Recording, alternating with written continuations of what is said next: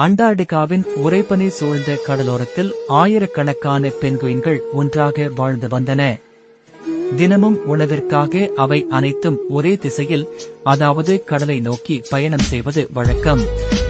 அந்த நாளும் கூட்டமாக உற்சாகமாக அவை கடலை நோக்கி நடக்கத் தொடங்கின. ஆனால் அந்த கூட்டத்தில் இருந்த ஒரு பென்குயின் மட்டும் திடீரென நின்றது. மற்ற பென்குயின்கள் முன்னே செல்ல, அது மட்டும் சட்டென்று நேர் எதிர் திசையில் திரும்பியது. தொலைவில் தெரிந்த உயரமான பனை மலைகளை நோக்கி அது மெதுவாக நடக்க ஆரம்பித்தது.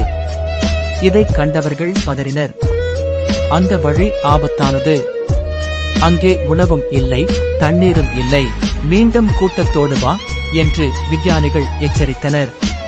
ஆனால் அந்த பென்குயின் எதற்கும் செவிசாய்க்கவில்லை. அது எதை தேடி செல்கிறது என்று யாருக்கும் தெரியவில்லை. ஆனால் அதன் நடை உறுதியானதாகவும் தன்னம்பிக்கை நிறைந்ததாகவும் இருந்தது. கூட்டத்தின் பழக்கப்பட்ட வழியை விட்டுவிட்டு தன் மனம் சொன்ன பாதையை தேர்ந்தெடுத்து அது தனி வழியில் சென்றது. இந்த கதை இன்று பலரின் மனதை தொடுகிறது. எல்லாரும் போகும் பாதையிலேயே செல்ல வேண்டும் என்ற கட்டாயம் இல்லாமல், வாழ்க்கையில் தனக்கென ஒரு வழி இருக்கிறது என்ற உண்மையை இந்த பென்குயின் நினைவூட்டுகிறது.